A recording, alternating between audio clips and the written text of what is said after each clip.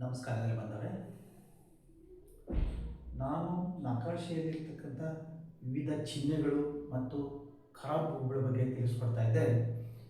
ಇವತ್ತು ಸರ್ಕಾರಿ ಕೆರೆ ಬಗ್ಗೆ ನಾನು ತಿಳಿಸ್ಕೊಡ್ತೀನಿ. ಇದು ಕಾಯ್ದಿರಿಸ್ತಕ್ಕಂಥ ಖರಾಬ್ ಆಗಿರುತ್ತೆ. ಭಾರತ ಹಳ್ಳಿಗಳ ದೇಶ. ವ್ಯವಸಾಯವೇ ಹೆಚ್ಚು ಜನರ ಕಸುಬಾಗಿತ್ತು. ಪ್ರತಿ ವರ್ಷ ಮಳೆ ಬೆಳೆ ಚೆನ್ನಾಗಾಗ್ತಾ ಇತ್ತು. ಜನರು ವರ್ಷಕ್ಕೆ ಒಂದು ಬೆಳೆಯನ್ನು ಮಾಡಲು ಮಾತ್ರ ಸಾಧ್ಯವಾಗ್ತಾ ಇತ್ತು. ಇದರಿಂದಾಗಿ ಆಹಾರದ ಕೊರತೆಯೂ ಇತ್ತು ಹಾಗೂ ಭೂಗಂಧನೂ ಸಹ ಕಡಿಮೆ ವಸೂಲಾಗ್ತಾ ಇತ್ತು.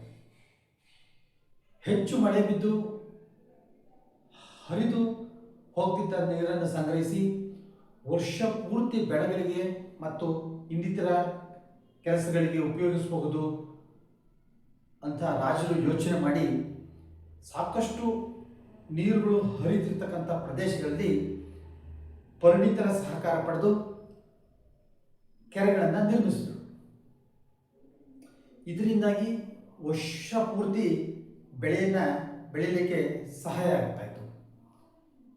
ಇದರಿಂದಾಗಿ ಕಬ್ಬು ಮತ್ತು ಭತ್ತದ ಬೆಳೆಗಳನ್ನು ಸಹ ಬೆಳೆಯಲು ಅನುಕೂಲ ಆಯಿತು. ಅಂದಿನ ದಿನಗಳಲ್ಲಿ ಕೆರೆಗಳನ್ನು ನಿರ್ಮಿಸುವುದು ರಾಜರುಗಳಿಗೆ ಪ್ರತಿಷ್ಠೆಯ ವಿಷಯವಾಗಿತ್ತು. ಆದರೆ ಅದು ಅಷ್ಟು ಸುಲಭವಾಗಿರಲಿಲ್ಲ.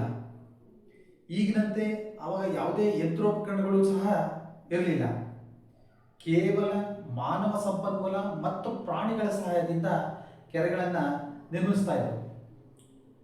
ಸಂಬಂಧಪಟ್ಟಂಥ ಗ್ರಾಮದ ನೆಲಬಾಂಧವರನ್ನ, ಸುತ್ತಮುತ್ತಲಿನ ಗ್ರಾಮದ ಜನರನ್ನ, ಖೈದಿಗಳನ್ನು ಉಪಯೋಗಿಸಿಕೊಂಡು ಕೆರೆಯನ್ನು ನಿರ್ಮಾಣ ಮಾಡ್ತಾ ಇದ್ರು ಅಂತ ತಿಳಿದು ಬಂದಿದೆ. ಮೂಲ ಭೂಮಾಪನ ಸಮಯದಲ್ಲಿ ಕೆರೆಗಳ ಸುತ್ತಲಿರ್ತಕ್ಕಂಥ ಸರ್ವೆ ಜಮೀನನ್ನು ಅಳತೆ ಮಾಡಿ ಅವುಗಳಿಗೆ ಮಾತ್ರ ಟಿಪ್ಪಣಿಯನ್ನು ತಯಾರಿಸಲಾಗುತ್ತದೆ. ಆದರೆ ಕೆರೆಯ ಅಂಗಳವನ್ನು ವೈಜ್ಞಾನಿಕವಾಗಿ ಅಳೆದು ವಿಸ್ತೀರ್ಣವನ್ನು ಕಂಡುಹಿಡಿದಾಗಿದೆ. ಆದರೆ ಕೆರೆಗೆ ಸಂಬಂಧಪಟ್ಟಂತೆ ಯಾವುದೇ ಟಿಪ್ಪಣಿಯನ್ನು ತಯಾರಿಸಿರುವುದಿಲ್ಲ. ಈಗ ಪ್ರತಿಯೊಂದು ಕೆರೆಯನ್ನು ಅಳತೆ ಮಾಡಿ ಟಿಪ್ಪಣಿಯನ್ನು ತಯಾರಿಸುವ ಕಾರ್ಯ ಪ್ರಗತಿಯಲ್ಲಿದೆ. ಇತ್ತೀಚೆಗೆ ಯಾವುದೇ ಹೊಸ ಕೆರೆಗಳನ್ನು ನಿರ್ಮಿಸ್ತಾ ಇರ್ತಕ್ಕಂಥದ್ದು ಕಂಡು ಬಂದಿರೋದಿಲ್ಲ. ಇರ್ತಕ್ಕಂಥ ಕೆರೆಗಳನ್ನು ಅಳತೆ ಮಾಡಿಸಿ ಒತ್ತುವರಿ ತೆರವುಗೊಳಿಸಿ ಹೂಳನ್ನು ತೆಗೆದರೆ ಹೆಚ್ಚು ನೀರನ್ನು ಸಂಗ್ರಹಿಸಬಹುದಾಗಿದೆ. ಇದರಿಂದ ನೀರಿನ ಅಂತರ್ಜಲ ಮಟ್ಟ ಹೆಚ್ಚಾಗೋದ್ರಲ್ಲಿ ಯಾವುದೇ ಸಂದೇಹ ಇಲ್ಲ.